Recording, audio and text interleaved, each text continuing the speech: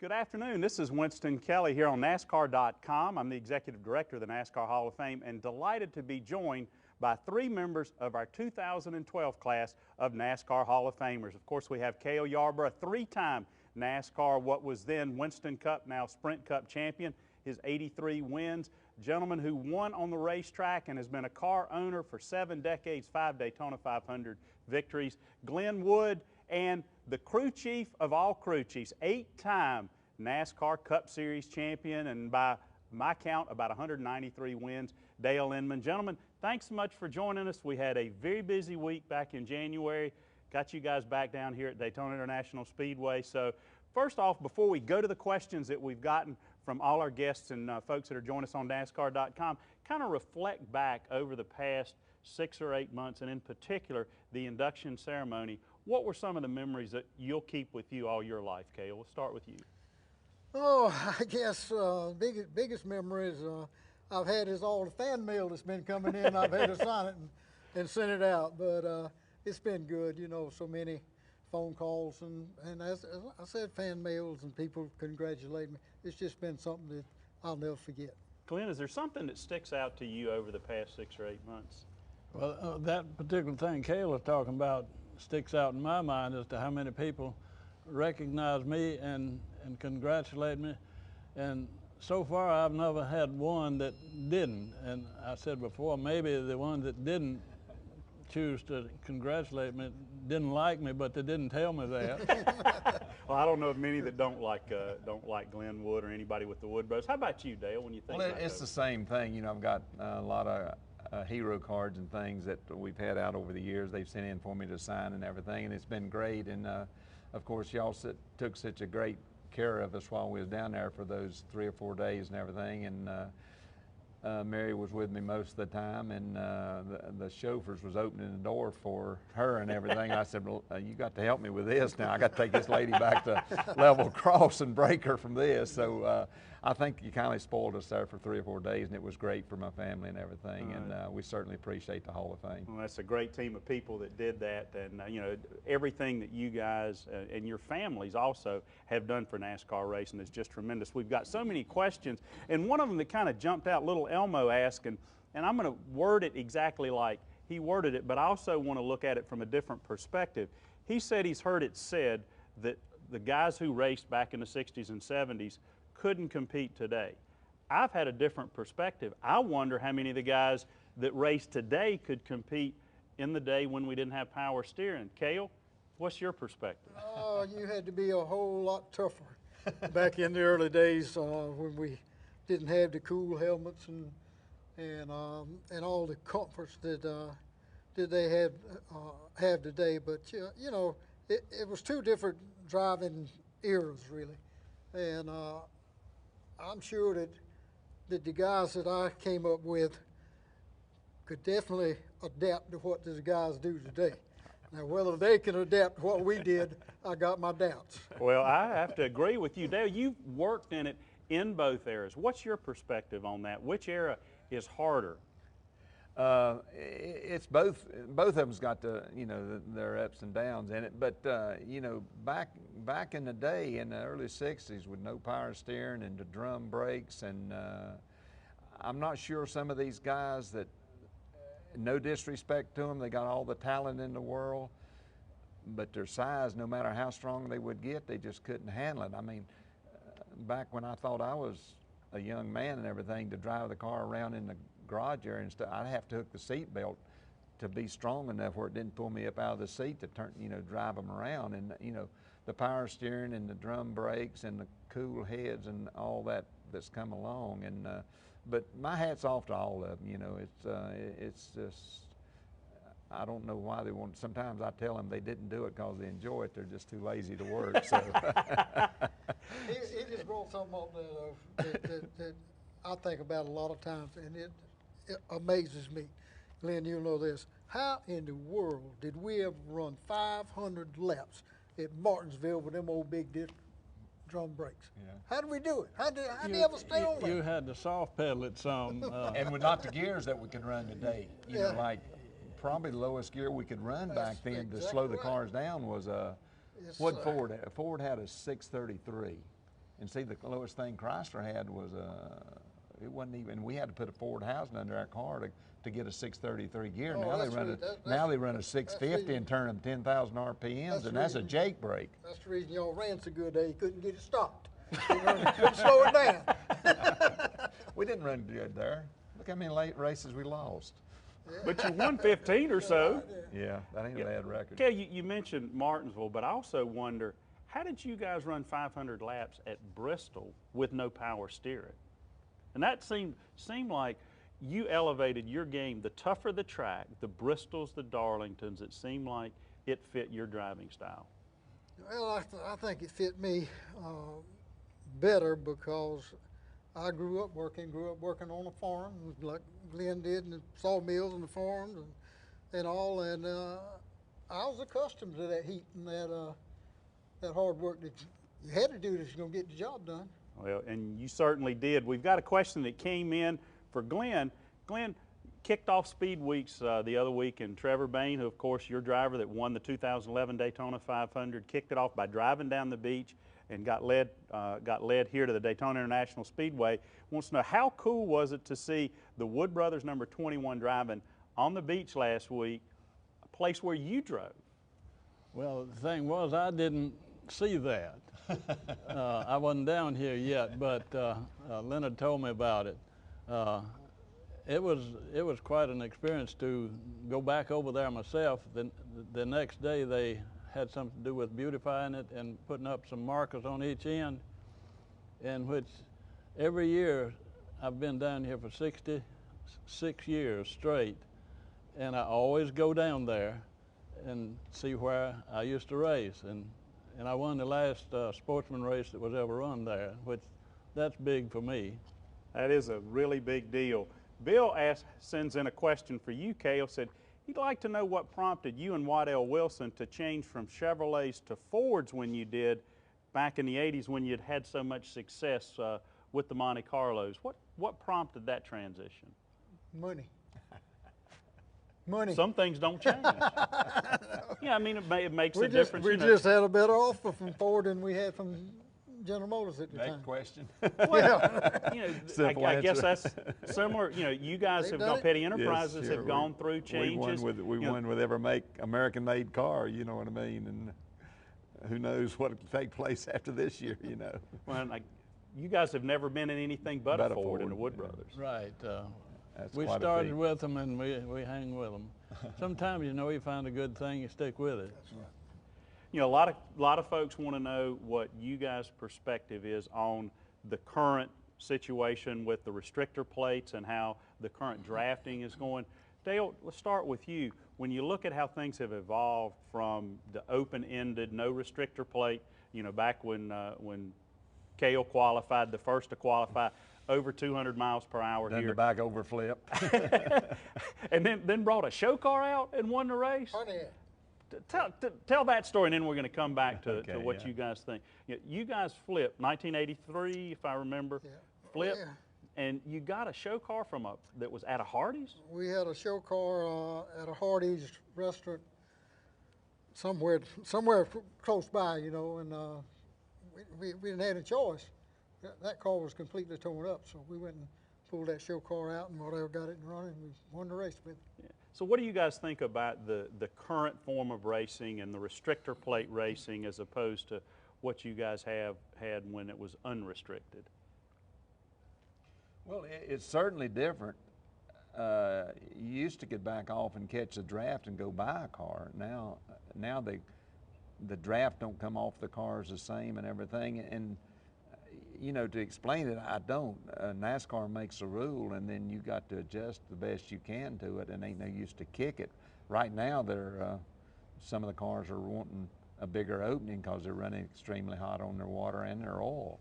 But that's what NASCAR wanted. They got to get off of that. That's the rule they made, and they make the rules of what we do and what we show. And but drafting, you know, drafting's been around forever. It just some people just done it better than others, and But it's always been there, and you know, you see a bicycle draft a bicycle, you know what I mean, and people on roller skates draft. I mean, it's there, you know, and some people just do it better than others, but it's certainly different now than it was in the 60s. It was different in the 70s and on up, and then they had to cut out the pushing because it was unreal how much speed they picked up when. Like if you had 400 horsepower, it seemed like if you touched another car, you had 800 horsepower, and the speeds went out of sight, and they had to quit doing that. So I don't know whether that answers your question or not, but it changed. And the track's been paved, and the grip on the tires. Now the drivers were complaining a little bit yesterday about sliding around a little bit more than normal that they hadn't seen in practice because they hadn't run that long. But the longer you go on the tires, the hotter they get, the more the track gives up. And they were sliding around a little bit yesterday. So, and along with the cooling systems on the car, a lot of this is back in the driver's hands. Yeah. Well, one of the questions that John asked, and it kind of, one question I thought would come up, and then he asked the second part.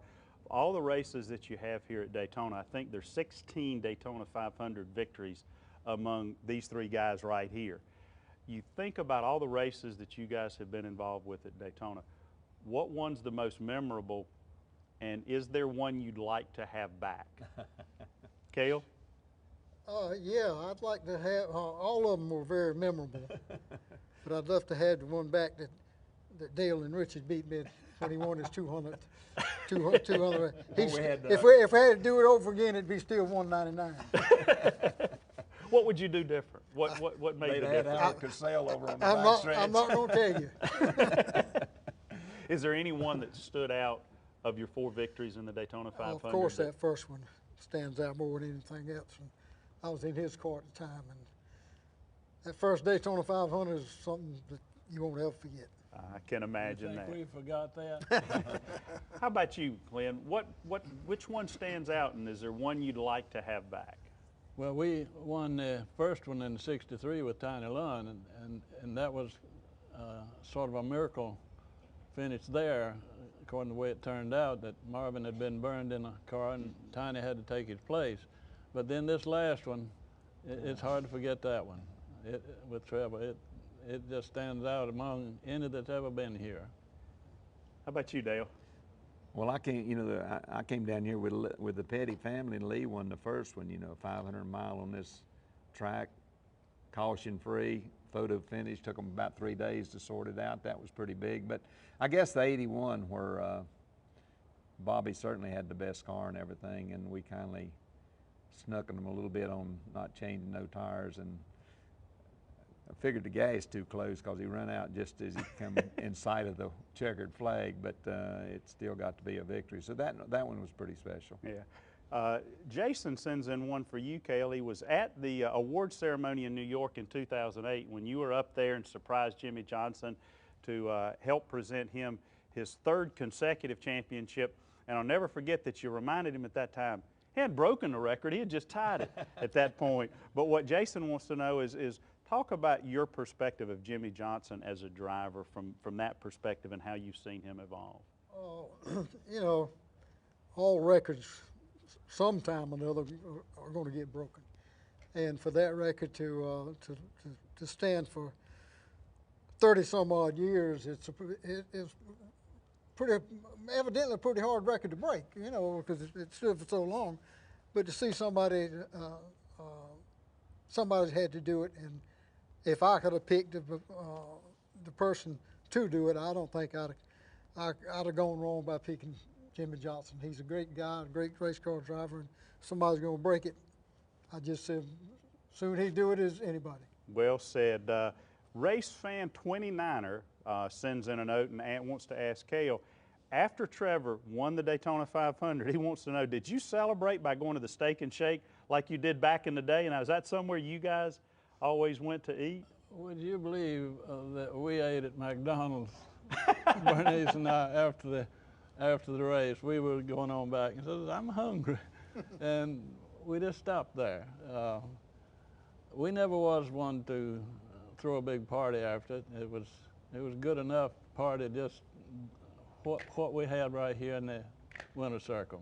Well, one of the things that I think was so neat at the end of last year's Daytona 500, and you can see it in one of the exhibits, and actually your video in the NASCAR Hall of Fame, is a pretty special gentleman came by to accompany you to victory lane. Tell that story. Well, I was just standing there. I felt somebody on my shoulder and looked around. It was Richard Petty. And he said he wanted to escort me to the winter circle. And so we went on over there, to us old fellas staggering along there. And it was very special to have Richard. That sort of shows you that we're still friends. Although we wrecked on this 76 thing, we hadn't forgot that, but that's history. And Richard has been one of our favorite race drivers over the years. Well, and I think it also shows the respect that folks in this industry have for one another. And, you know, that's one of the things that I've picked up, not just from you guys in the 2012 class, but the respect that the prior class has for you. And when you've been introduced before races, and as you will be Sunday, the current drivers seem to have a lot more respect for you guys than what I think some folks felt like. Do you feel that? Do you sense that, Cale?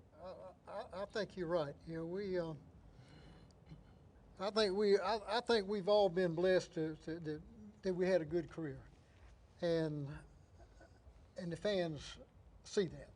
So I'm thankful for all the fans, and thankful for everything that all three of us did in the sport. And I just hope Glen keeps on winning some races with, I don't know how long he's going to stay in this business, but it's a long time. Dale still got his hand in it too, but I wish them both the best. Well, I think you're a classic example, and Richie Evans, who was our first inductee from not in the Cup Series, and Richie passed away in 1985. I think you guys are perfect examples of the saying, out of sight, out of mind, does not count in NASCAR racing, because I think, you know, the fans always remember you guys. And even before you were inducted, we had folks that came in and you know, when's Cale going to get inducted, or where can I see something of Cale's in the NASCAR Hall of Fame? So that certainly is the case. Another fan writes in, what was the key, Dale, this is to you, what was the key that you felt like to the success that you and Richard had? Well, you know, I got a little bit of age on me, you know what I mean? But I can't remember when they wasn't a Richard Petty, even before they, you know, before he drove, you know, and we just grew up together. And I think we just, you know, he tells that we thought so much alike on some of this stuff, it was scary at times, you know what I mean? And a lot of our racing was done before radios and all that other stuff that they have today, you know what I mean? And calling a race with a blackboard when the speeds were 200 miles an hour, and you didn't give me any clues on what the driver needed and stuff like that, and you know, of course, like that. But he understood the car, and we understood each other pretty good, and I think that stood out pretty good. And like I said, we just believed in each other. Well, remind folks that are out there, if they want to submit questions on NASCAR.com, be glad to take those and pass those along to three of our 2012 members of the NASCAR Hall of Fame class. Of course, Dale Inman, Glen Wood, and Cale Yarborough. Cale, you know, we've talked about competitors, and you know, you guys have raced against each other and with each other. And if you had to say, here was the toughest person for you to beat on the racetrack, if all things were equal, is that something you can answer, that there is one that was the toughest? No, that's hard to say. During my driving times, one week it'd be Richard Petty, next week it may be Bobby Allison, the next maybe Buddy Baker. They've just scattered around. There wasn't one man that was the toughest, huh? You forgot about Pearson. Pearson? No, I'm fixing to get to You're Pearson. getting to him. Yeah, I'm fixing to get to Pearson. And there was Pearson and those kind of people. But it wasn't. It seemed like it wasn't one every racetrack you went to.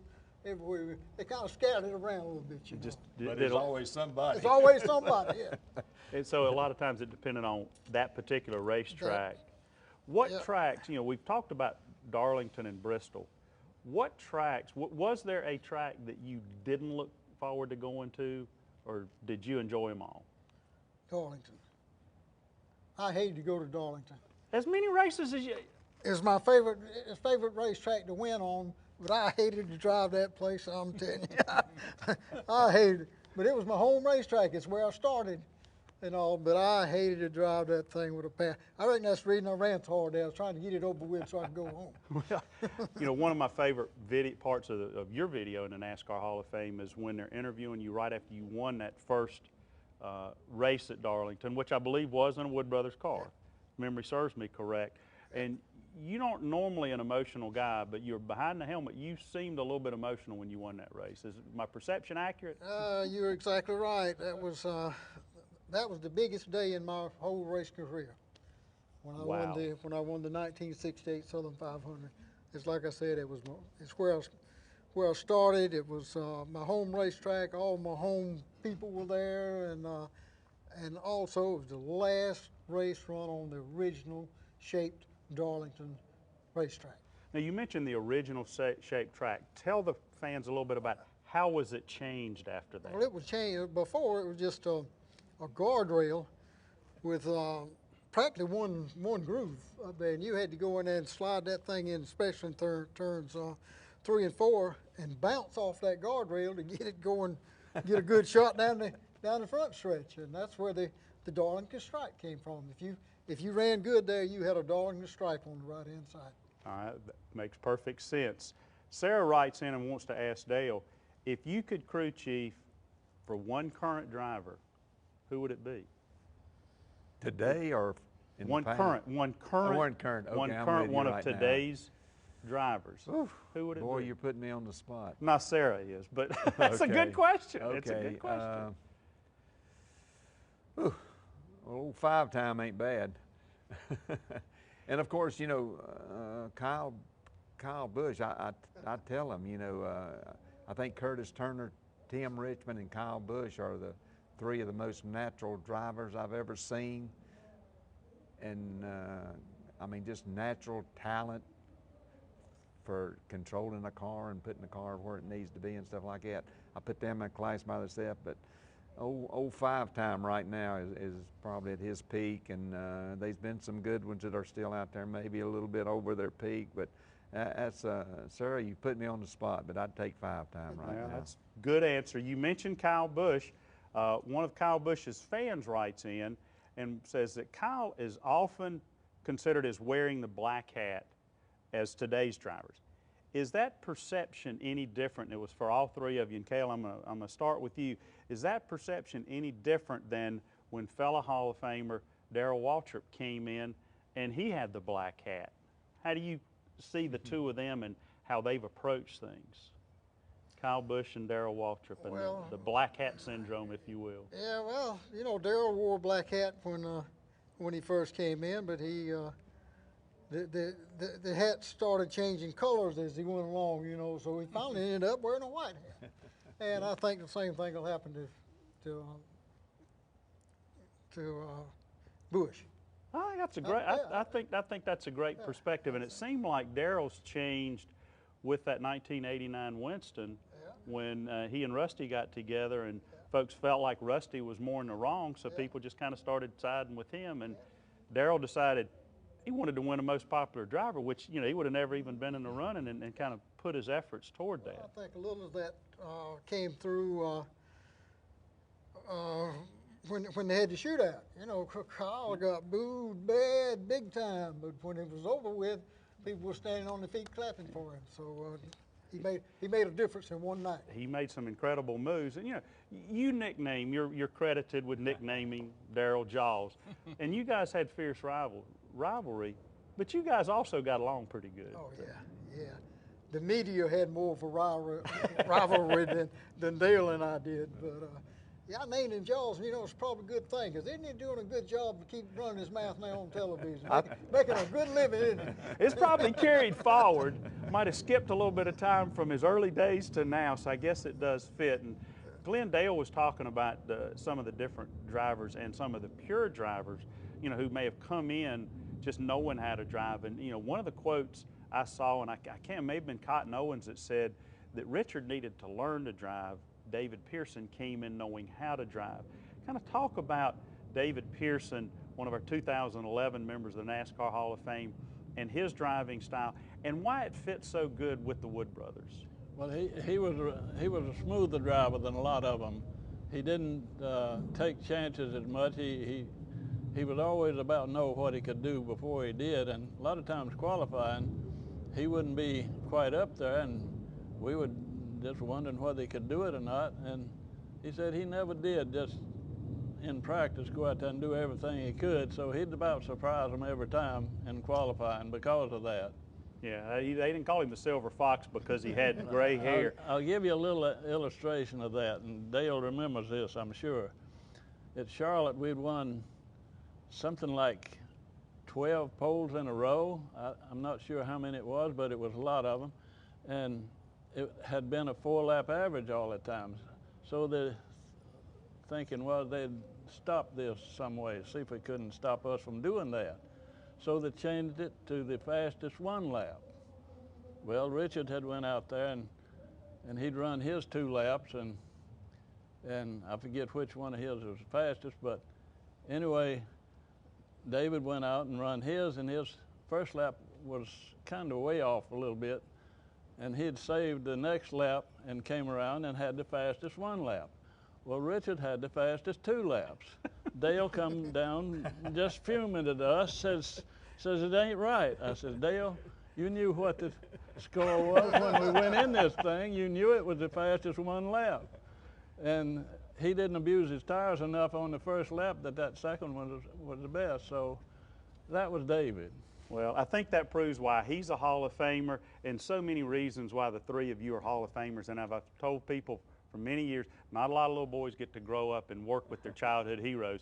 My childhood heroes were the Richard Pettys, the Inmans, the Petty Enterprises, the Wood brothers, the Cale Yarboroughs, Junior Johnsons, and David Pearson. So on behalf of all the race fans, of which I consider myself a big race fan, thanks for everything you guys have done to lay the foundation of this sport and to lay the foundation of the NASCAR Hall of Fame. And for all our guests out here on NASCAR.com, thanks for taking a little bit of your time. We could stay here all day. Boy, this 30 minutes has gone by awful fast. But thanks to Dale Inman, Glen Wood, Cale Yarborough, members of the 2012 NASCAR Hall of Fame class here on NASCAR.com.